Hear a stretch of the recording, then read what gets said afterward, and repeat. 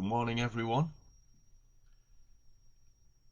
Need to be cautious when live launches not to pull funny faces like yesterday. What was that all about?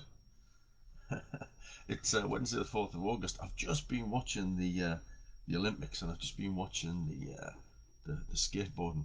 Um, absolutely, absolutely amazing. Um, Same with the other stuff that I've been watching. I love watching people. Um, Push themselves, I suppose, and try and achieve and do all that kind of. It's marvelous, isn't it? It's really good. It's very inspirational. And in the skateboarding, there was nobody older than about 21, and the British girl was 13, and one of the might be one of the Brazilians, one of the Japanese girls was 13. Absolutely, absolutely amazing. And it kind of got me. It kind of got me thinking about. A concept that I find really interesting, and I've read a bit about and write about in the book a little bit and do talk about, which is this idea of flow. And this is what these people get into, isn't it? This is what these athletes get into. I was watching the rock climbing um, last night, and that's a state of flow when you see that intense concentration, and you see that kind of absolute focus to the exclusion of everything else. And musicians do it as well. We're all capable of it. But the two places, and Mahali, 16th Mahali, in his book about flow, the kind of classic text on this, just called Flow. Um, he talks about musicians and athletes being able to get lost and absorbed in what they're doing to the exclusion of everything else. And what you see sometimes, isn't it, when you're watching, I don't know, you're watching the gymnasts on the beam or whatever, and sometimes this morning with the skateboard, and you see people um, in the zone, and then they're kind of dragged back. Something drags them back into the here and now, and they just lose focus for a split second, and bang, it's all gone, isn't it? So that this state of flow is about being able to get into the moment and exclude everything else, so you absolutely uh, focus on one thing. And this concept relies on some research by two people called Decky and Ryan as well. So it draws on work by a number of people. And there are three things that flow relies on, just to try and link it to our worlds. I'm assuming most people who might stumble across this and have a listen um, are working in kind of knowledge or information kind of work.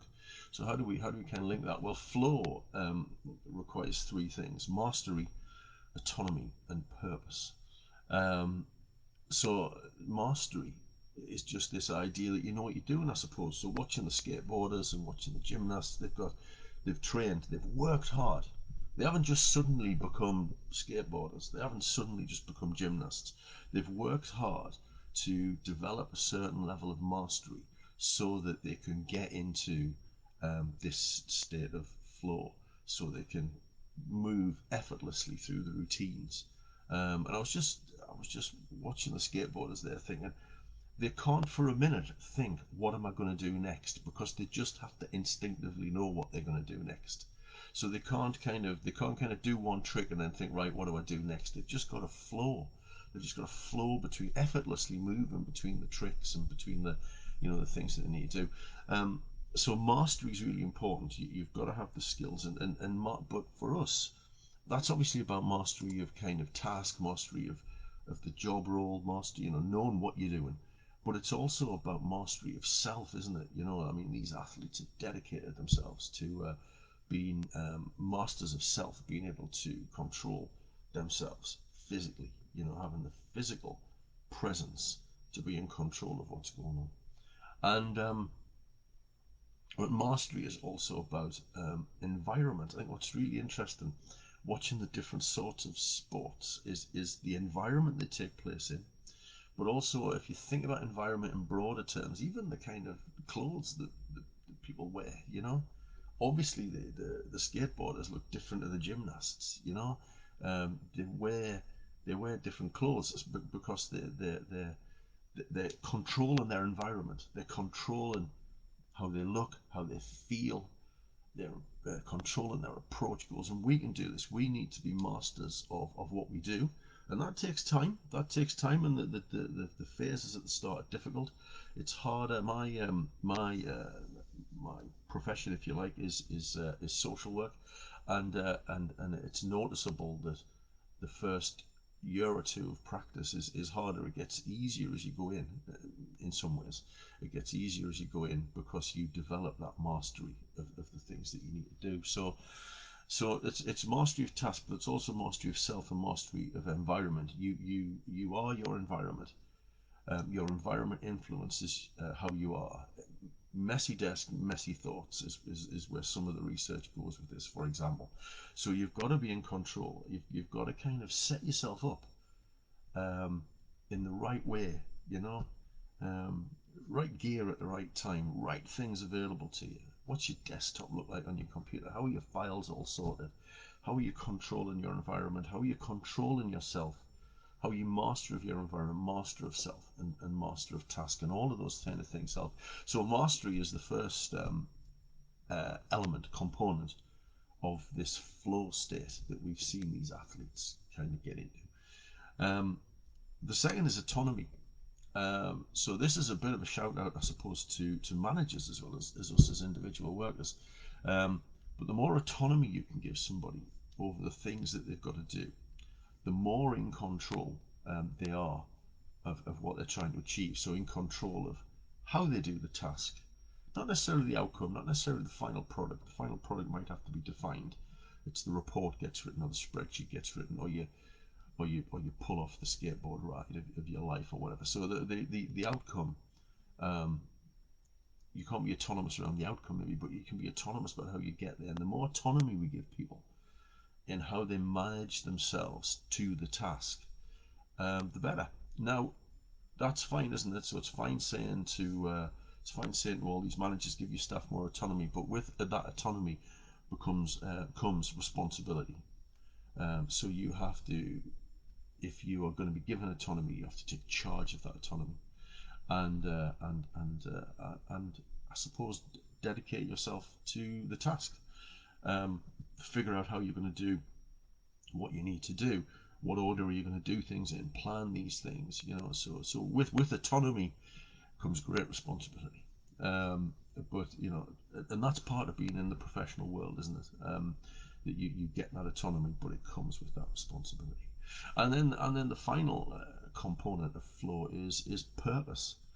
Um, uh, and I mean, you know, I talk to social workers a lot about this, about the fact, well, you know, if you don't feel purpose in your role of supporting people, then maybe you need to reconnect with your values and why you came to the profession in the first place. Because if people in person facing professions can't generate purpose, if Olympic athletes can't generate purpose, what's going on? You know, so that's about how you connect with the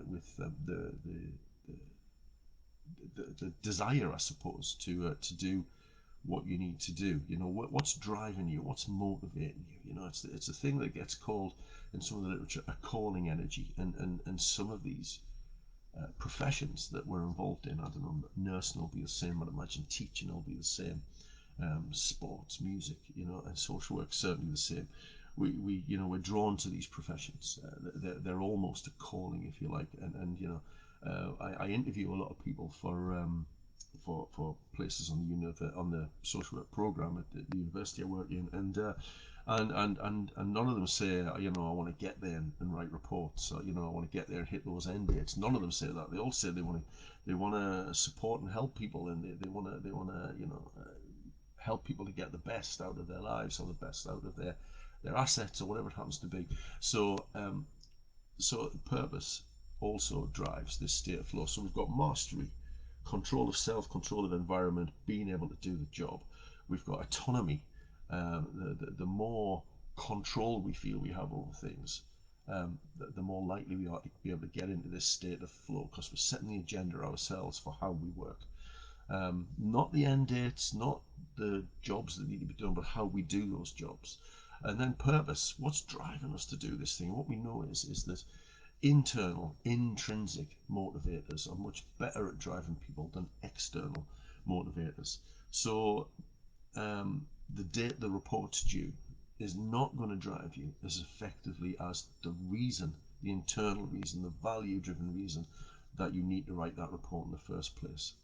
Why are you doing this? What's the internal drivers? And if you draw on those internal drivers, take responsibility for the autonomy that you have and develop this mastery, you're more likely to get into a state of flow. This state of flow for me is what mindfulness is. And mindfulness gets defined by all sorts of people in all sorts of ways, and sometimes people think it's a bit of a spiritual kind of thing. Not for me, not for me at all. Mindfulness is just that ability to get drawn into the moment to the exclusion of everything else, and that's also flow. That's also this flow state, a mindful state where you can engage in this subject matter, this thing that you've got to do, to the exclusion of everything else. That, you know where I'm going with this, that requires you to have a trusted system. You're confident in your planning, so that you know that when you've stacked up your mastery, your autonomy, and your purpose, and you've got this thing in front of you to do, that is the one thing in this moment in time that you have to do. That is the thing that you should be doing. David Allen talks about this, and I really like this. He says that knowing um, what to do next is about knowing safely what you cannot do. And that's all it's about, a trusted system. Everything's in your trusted system. You look at it while you're doing your planning for next week, for the month, for whatever you're doing.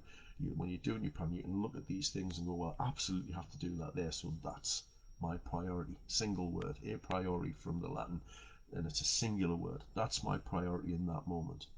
My priority in this next moment is this thing, etc., etc., etc. That's you taking, control of your workload as far as you possibly can. So there you go. Keep watching the Olympics. It's great. We've had what a summer it's been. We had the football, and then Wimbledon, and now the Olympics. We're going to be all sported out. So there you go. Get into a state of flow, and achieve mastery, autonomy, and purpose. And we'll catch you soon. Take care.